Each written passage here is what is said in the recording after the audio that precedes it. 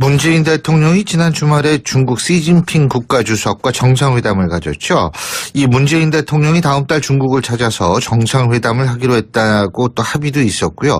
두 정상이 한중관계 복원을 공식화하면서 이 사드 문제로 얼어붙었던 한중관계 해빙기가 왔다라는 분석도 있습니다만 아직은 좀 두고 봐야 된다는 우려도 여전하죠. 자, 대통령 직속 북방경제협력위원장을 맡고 있는 더불어민주당 송영길 의원 전화 연결해서 입장 들어보겠습니다. 송 의원님 안녕하십니까? 네, 안녕하십니까? 예. 송영길입니다. 예, 지금 한미 정상회담도 있었고, 그죠? 한중 정상회담도 있었고, 그런데 어떻게 보십니까? 간단하게. 네, 나름대로 의미가 있었고 상당히 발전적이고 긍정적인 회담이었다고 생각을 합니다. 예. 특히 한미 정상회담에서 염려했던 여러 가지 북한에 대한 군사적 공격 가능성이라든지 한미 FTA 철회 같은 그런 발언들이 나오지 않았고 나름대로 잘 조정이 된 것 같고요. 한중 정상회담도 이제 새로운 한중 관계 복원의 계기가 될 것 같습니다. 지금 복원의 계기가 될 것 같다고 말씀하셨는데 그렇다면 이 사드 문제가 완전히 해결됐다고 보십니까? 완전히 해결은 안 되겠지만 해결에 이제 실마리를 찾고 그 해결을 위한 과정에 진입했다고 생각합니다. 실마리를 찾았다. 어떤 실마리요? 한중 정상회담이 됨으로써 일단 여러 가지 양측의 입장을 이해하면서 그러나 여전히 사드에 대한 반대 입장을 표명하고 우리도 우리의 입장을 표명하면서 절충이 되었다고 생각합니다. 절충이 됐다. 근데 사실 요새 보도되는 거 보면 이 중국 측의 발표가 조금 달랐던 모양이다. 이런 보도가 나오고 있지 않습니까? 그러니까 시진핑 국가주석이 우리 측한테 사드와 관련돼서 사실 거론이 안 될 거라고 봤는데 책임 있는 자세를 촉구했다. 이런 얘기를 했다고 지금 중국 측이 보도를 하고 있는데 이 부분은 어떻게 보세요? 네, 합의되었다고 얘기한 것이 아니고 양측의 입장을 발표한 것으로 수정된 것으로 알고 있습니다. 합의된 것이 아니고 양측의 입장을 그냥 발표했다. 그렇습니다. 그게 어떤 의미죠? 외교를 하는 데 있어서 예. 양측이 완벽히 합의되지 않을 경우에는 예. 양측이 서로 입장을 발표하는 형태의 외교를 하게 됩니다. 그래야 그게 일이 진행이 되지. 그게 구동존의의 자세가 아니겠습니까? 모든 걸 완벽하게 일치가 안 된다고 외교관계가 복원 안 되면 양 국가 서로한테 불이익이 되기 때문에 예. 이런 절충 형태를 띠게 된 거죠.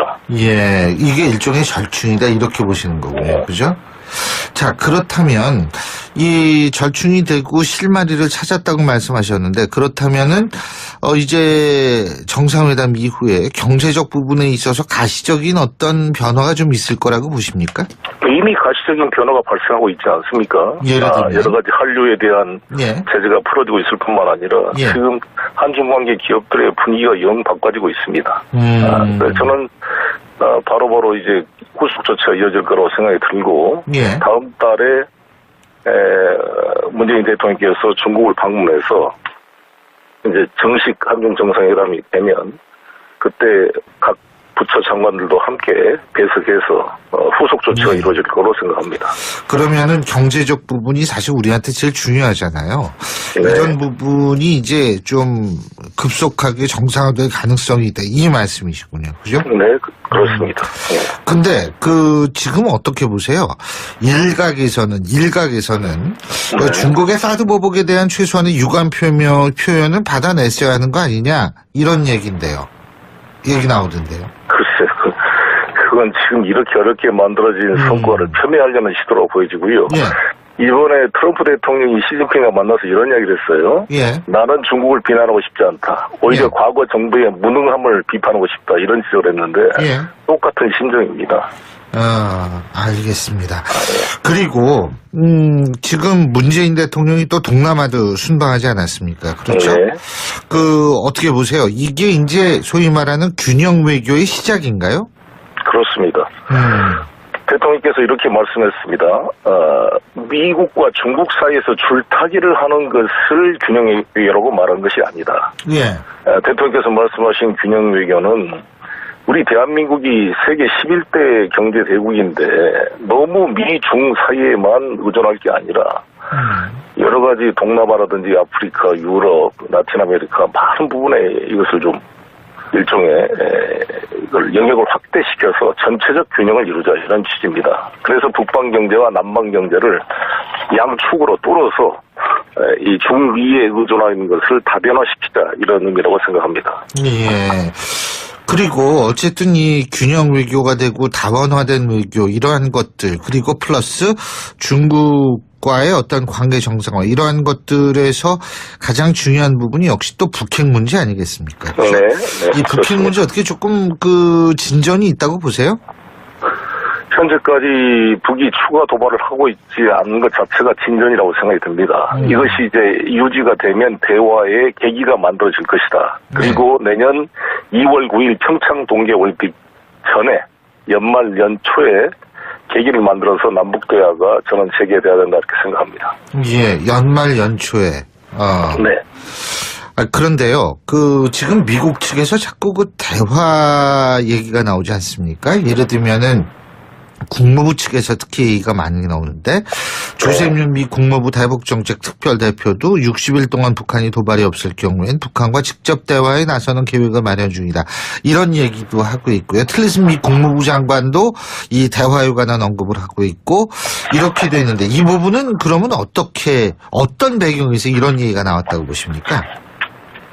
맥스 틸러슨 장관이나 조셉윤 일관되게 대화의 채널 또 긴밀한 채널을 유지하고 있다 이런 말씀 한 적이 있고 예. 트럼프 대통령도 시간 낭비하지 말아라 이런 말을 하긴 했지만 저는 일종의 역할 분담의 성격이 있었다고 생각합니다.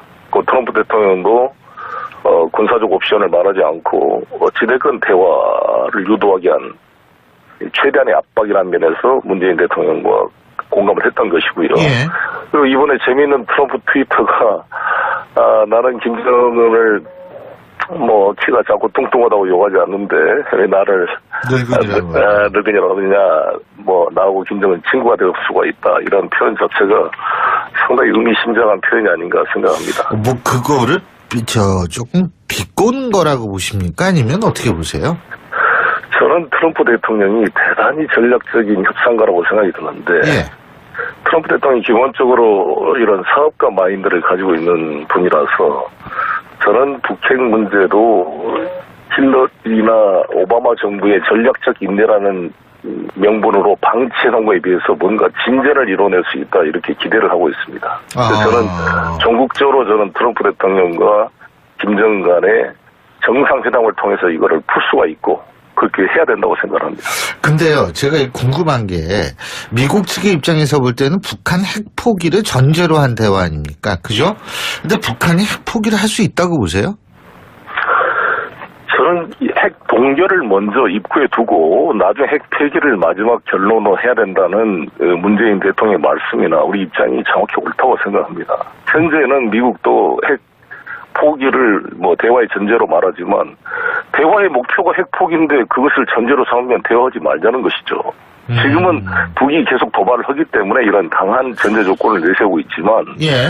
대화를 하려면 이것은 당연히 일단은 도발을 중단하면 대화를 시작해야 되는 것이죠. 그래서 지금 말씀대로 지금 상당 기간 현재 상태 양측의 군사적 어떤 긴장이 중단된 상황이 된다면 저는 대화를 당연히 재개해야 된다고 생각이 들고 지금도 그렇게 할 거라고 봅니다. 근데 지금 동결 말씀하셨는데 또 일각에서는 이런 얘기가 있더라고요.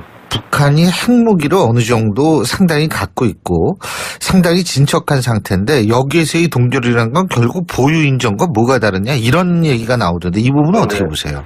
그렇게 생각할 수가 있는데 이렇게 봐야 된다고 봅니다.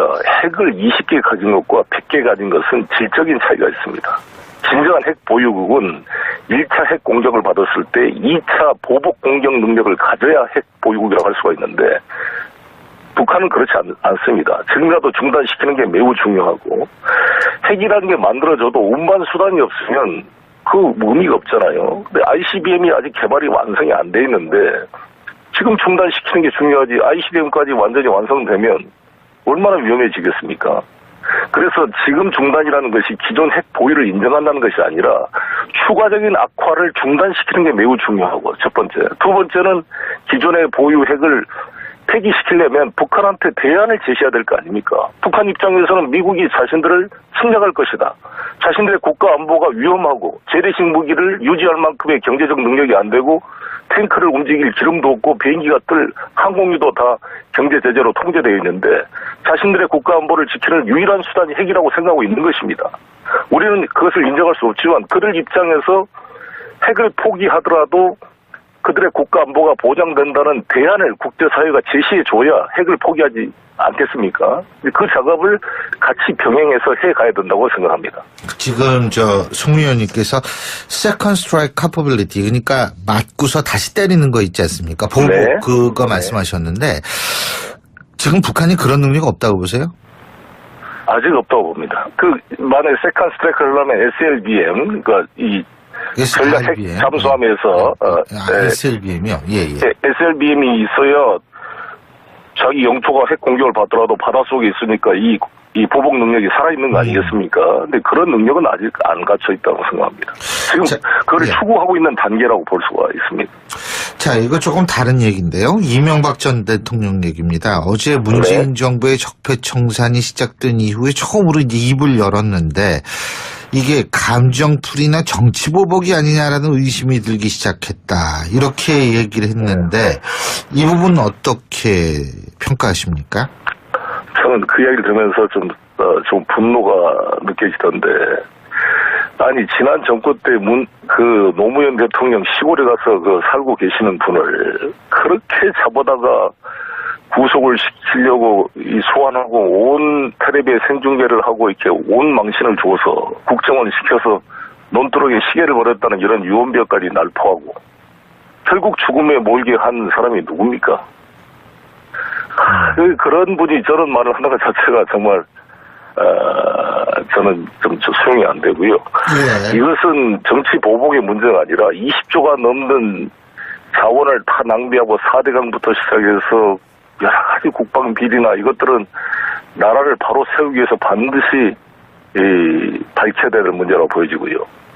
특히 국정원이나 기무사, 정보사 이런 군과 정보기관을 사적인 정치 도구로 악용한 것은 국가 안보에 중대한 위해를 미치는 행위라고 봅니다. 일종의 반역행위입니다. 그럼 반드시 바로잡아야 된다고 생각합니다. 반역행위다. 바로잡는다. 결국은 이명박 전 대통령에 대한 법적 처리를 말씀하시는 겁니까? 아니, 뭘 정해놓은 것이 아니라 이런 문제가 발생이 돼서 범법행위가 발생되면 당연히 사법 처리를 해야 되는 거 아니겠습니까? 특히 지금 이것뿐만 아니라 다스 문제, BBK 문제에 지금 이명박 대통령이 비밀 해외 계좌를 통해서 자금을 운용하는 것을 제가 일부 단서를 지금 잡고 있습니다. 이걸 지금 추적하고 있는데 반드시 이것은 밝혀져서 이거는 사법적 정의를 실현해야 된다고 생각합니다. 지금 사자방, 그죠? 그 사자방 중에 자원 외교 말씀하시는 거죠? 그렇죠. 어떤 형태로 리베이트를 받아서 그 돈을 이렇게 해외에서 계좌에서 움직이는 그러한 단서들이 보이고 있기 때문에 이것은 추적돼서 밝혀져야 된다고 생각합니다. 예. 어떻게 성과가 좀 있습니까? 아니, 이제 각 사법 당국들이 열심히 지금 찾고 있겠죠. 아니, 송 의원님도 좀 그런 조사를 하시고 계신가 해서 여쭤본 거예요. 네. 저도 국정감사 준비하면서 그걸 조사를 했지요. 해외 계좌. 어느 정도 구체성이 있다 이렇게 생각하시는 거군요. 저는 이제 앞으로 밝혀질 거라고 생각합니다. 예, 잘 알겠습니다. 오늘 말씀 잘 들었습니다. 고맙습니다. 네, 감사합니다. 예, 지금까지 대통령 직속 북방경제협력위원장을 맡고 있는 더불어민주당 송영길 의원이었고요.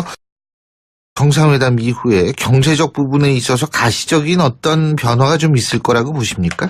이미 가시적인 변화가 발생하고 있지 않습니까? 예를 들면 여러 가지 한류에 대한 제재가 풀어지고 있을 뿐만 아니라 지금 한중관계 기업들의 분위기가 영 바꿔지고 있습니다.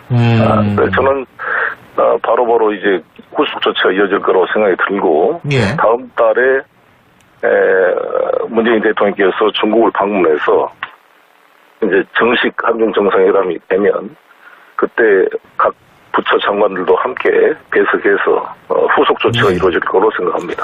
그러면은 경제적 부분이 사실 우리한테 제일 중요하잖아요. 이런 부분이 이제 좀 급속하게 정상화될 가능성이 있다. 이 말씀이시군요. 그죠? 네, 그렇습니다. 근데 지금 어떻게 보세요? 일각에서는 네. 중국의 사드 보복에 대한 최소한의 유감 표현을 받아냈어야 하는 거 아니냐 이런 얘기인데요.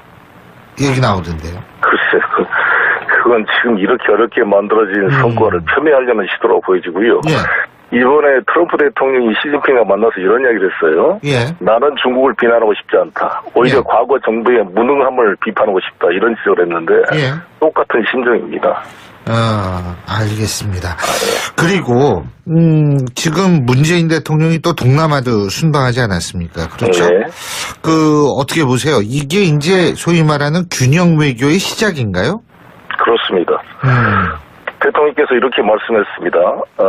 미국과 중국 사이에서 줄타기를 하는 것을 균형 외교라고 말한 것이 아니다. 예.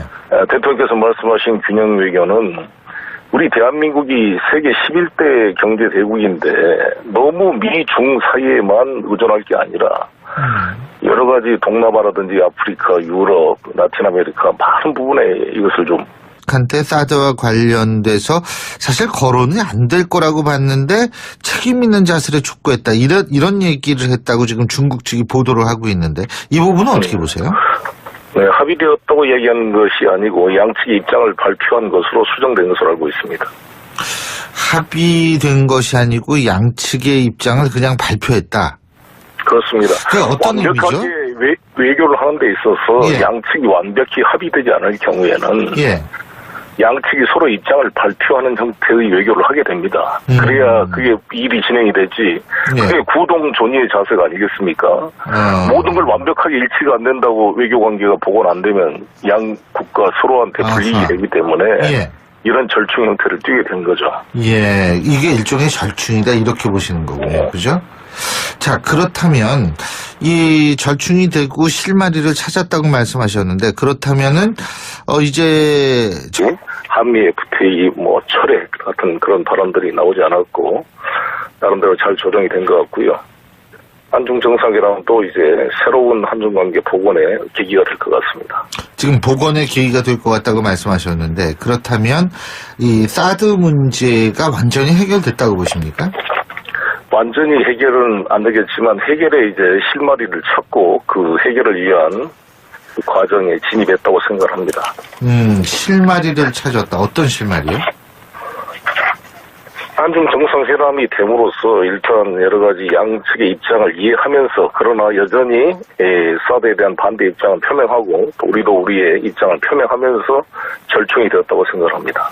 절충이 됐다. 근데 사실 요새 보도되는 거 보면 이 중국 측의 발표가 조금 달랐던 모양이다. 이런 보도가 나오고 있지 않습니까?